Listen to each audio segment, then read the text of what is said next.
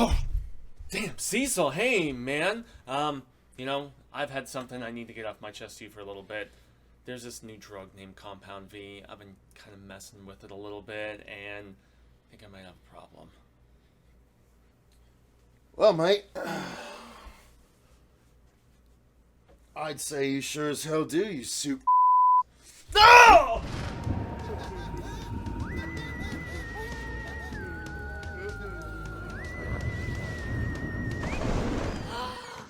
Hey everyone, welcome to the Horror Show. I'm Cecil Laird. Homie and Fuego here.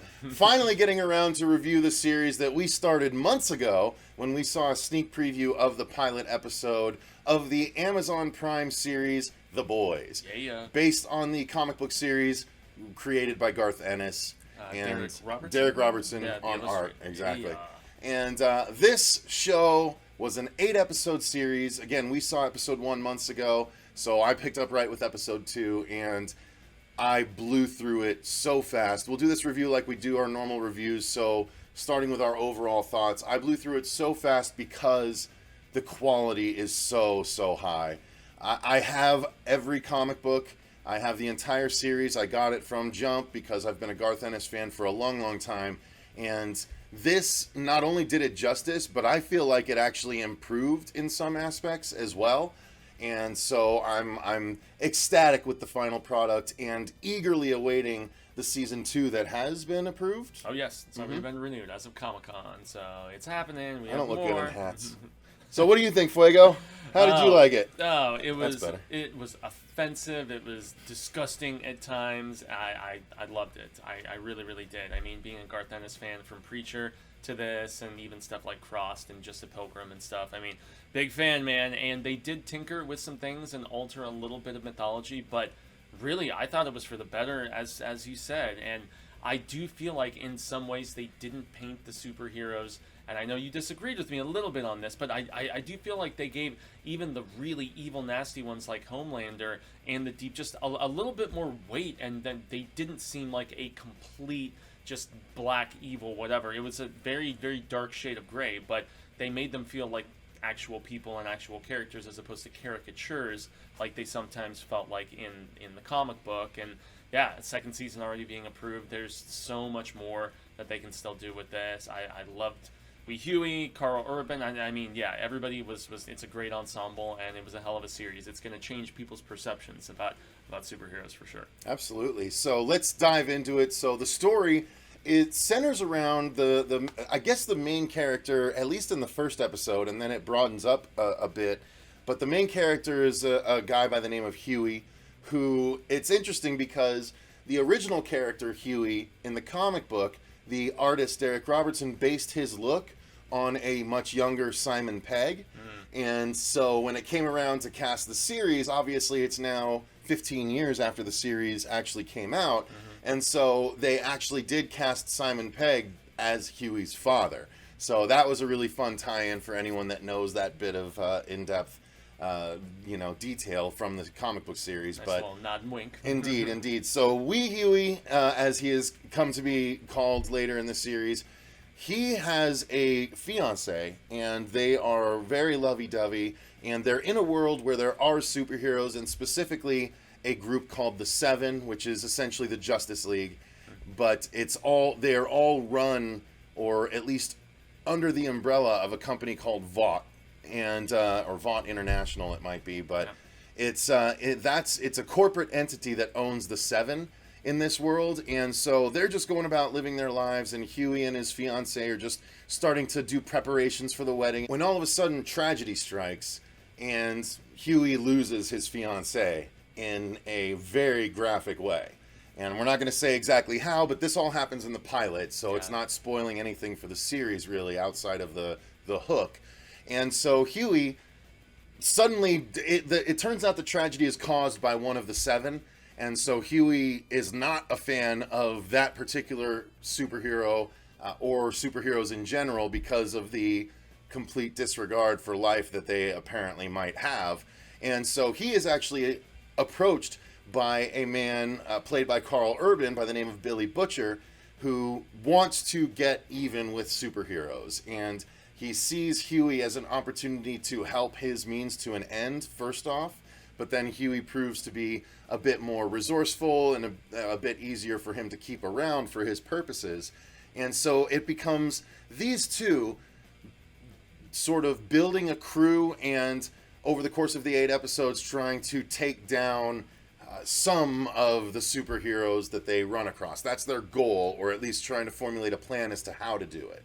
And meanwhile, the other part of the show is showing Vought's side of things, where we see the Seven and the anchor point there. So the anchor point for the boys is Huey, and then we meet Carl Urban, and then we meet Mother's Milk, and we meet Frenchie, and we meet the female.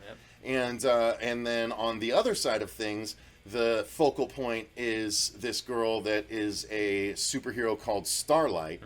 And she is a Midwestern girl that's just been wanting to be a superhero her whole life. And so she's a fresh face that has been recruited by the Seven. Gets a harsh taste of reality, though. What's it really all about? What's going down? Harsh taste indeed. And and so she finds out that things are not quite what they seemed within the Seven.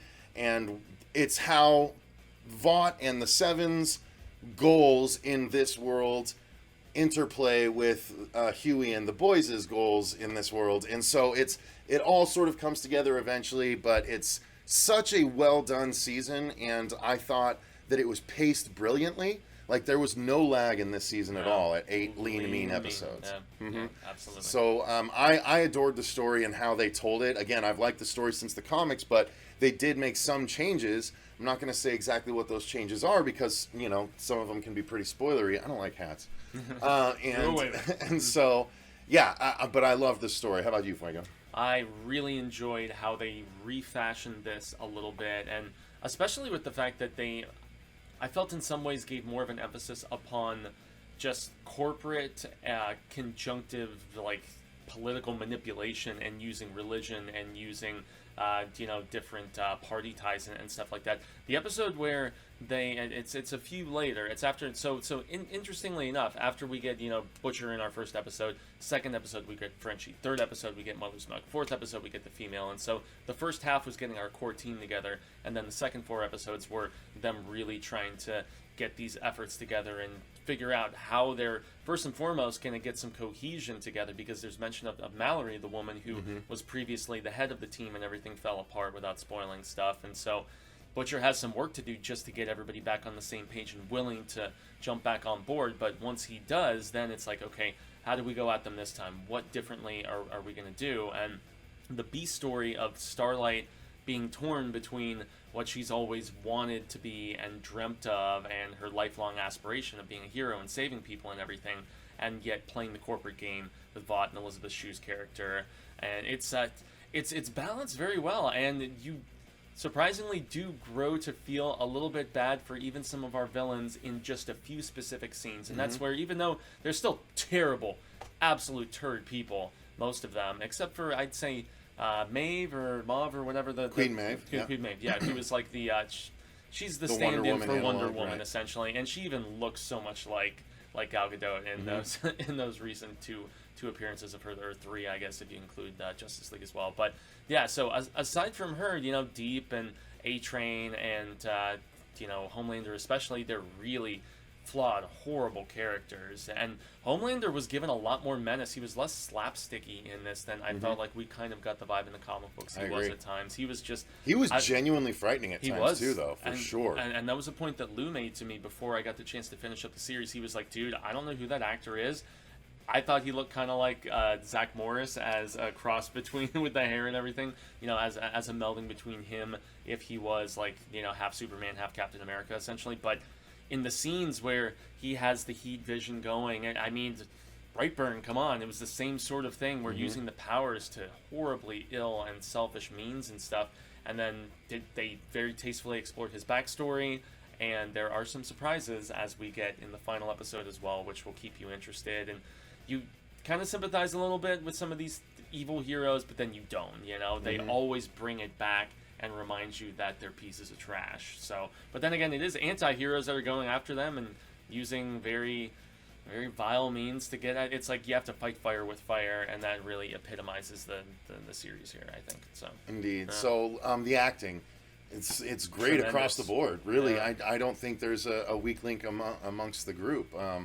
I I think Mother's Milk could have been a bigger actor. a little bit, and Frenchie wasn't quite what I envisioned in my head, but yet I still thought that they did a good job with him. But the casting for the female was so identical, spot on, and she is vicious in this, man. Oh my god, when she is going at people and just tearing them to shreds practically Literally, with her bare in hands. times, yeah. It is messed up. It really, really is. And I sensed legit chemistry between Starlight and Lil Wee Hugh. You know, it's there. And you also get that nice gravitas from Carl Urban and just the mournfulness when he looks back at all that he has lost and then why he has this vendetta and the rage within him. And yet he's kind of vulnerable at times himself, especially with some of the flashback scenes that we get. So, and like you said, even the villains, I mean, they all are tremendously portrayed, and Elizabeth Shue especially being the sort of the director of the seven themselves, and her own aspirations and how it all plays out and stuff like that.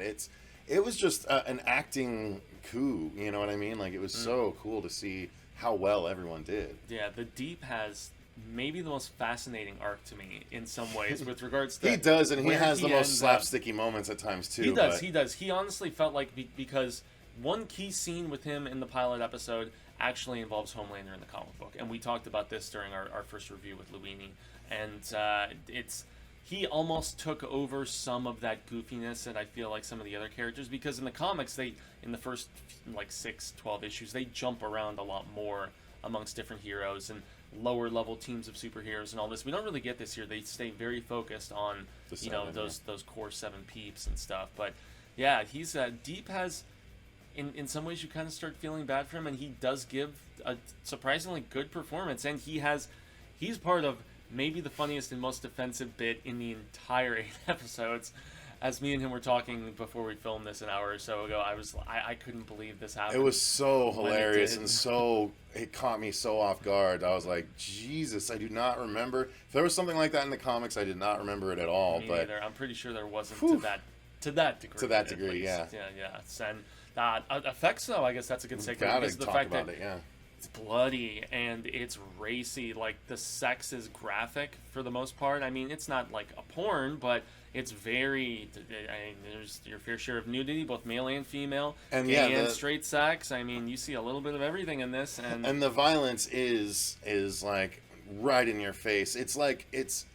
I think it was even a little bit more aggressive than Brightburn. It was on the level of Brightburn, but it was even more aggressive. Like, you see people be cut in half by various things and whatnot, and just laid to waste. There's a baby that's used as a weapon at one point, and it's maybe not in the way you think based on how I said that, but it's still super crazy to see, but entertaining nonetheless. I mean, the gore is just there. I mean, from episode 1, you'll know how gory it's going to get just based on something that happens, that sets everything in motion, and you're just like, holy crap. Yeah, it's in the trailer, it's in the first issue of the comic books and stuff, and I mean, yeah, they keep that level high and raging and going for the most part, and, oh man, putting explosives up the rectum of superheroes, that's all I can really say. Yeah, I mean, and the cinematography is phenomenal throughout the show. It's so well presented, and it's slick and glossy. It feels like a superhero movie. It feels like the dark HBO underbelly of the superhero genre. Which leaves me just very curious how they're going to handle a much more serious in tone Watchmen TV series. Because that's, I mean, kind of in direct competition, at least as far as showing. Well, it's gonna be a completely different audience. Yeah, it's true. I mean, because The Boys is very, very Garth Ennis. It still maintains that Ennis-osity, the same way Preacher does. Like, even though Preacher veers from the comics, it's still very much of an Ennis thing. Like, you can just tell there's a feel to these things. Yeah, it just implemented more so, de-emphasized the religious aspect and more of like a sexual, crazy superhero aspect in comparison. But yeah, man, Eric Kripke, you did good, dude. I wouldn't have expected anything less from you, with your first 5 years on Supernatural. And having seriousness, but also just very genuine, well-placed humor, and it was a good balancing act. And I was happy to see you playing in the R plus. I mean, an R to borderline NC-17 unrated kind of playground. So this was very enjoyable. I can't wait for season 2. Indeed. So why don't you guys let us know what you thought in the comments down below. Did you enjoy this series as much as us? Have you not watched it yet? If so, are you planning to after this review? I want to know your guys' thoughts on this because we adored it. So let us know in the comments down below. While you're down there, if you want to join our Patreon, the link is in the description box. And you can actually start telling us some content to produce, what movies to review, all that kind of stuff. Tell us what to do. So thank you guys very much. Until next time, I've been Cecil Laird. Gracias, Jaime, and Fuego. And remember, stay scared.